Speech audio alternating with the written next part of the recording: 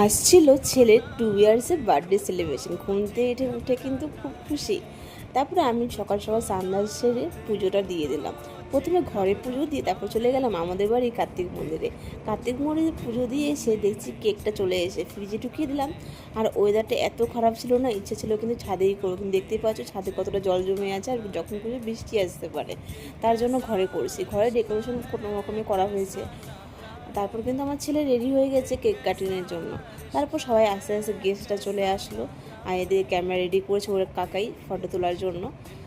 আর কেকটা কিন্তু দেখতে খুব সুন্দর লাগছিলো, আর কেক আর বেলুন কিন্তু বেশ ম্যাচিং হয়েছে। আর ওর ছোটো ঠাম্মি ওকে ফটো ফ্রেমটা গিফট করেছে, দেখতে খুব সুন্দর লাগছে না?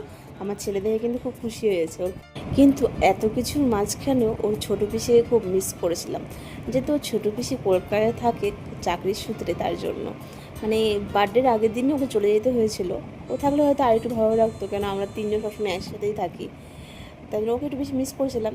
ঠিক আছে, নেক্সট টাইম না থাকবে। আর এদিকে ছেলের কিন্তু ফটোশ্যুট হচ্ছে, আর মেনু কিন্তু অনেক কিছুই ছিল, কিন্তু বাট ভিডিও করতে একদম ভুলে গেছি। টাটা।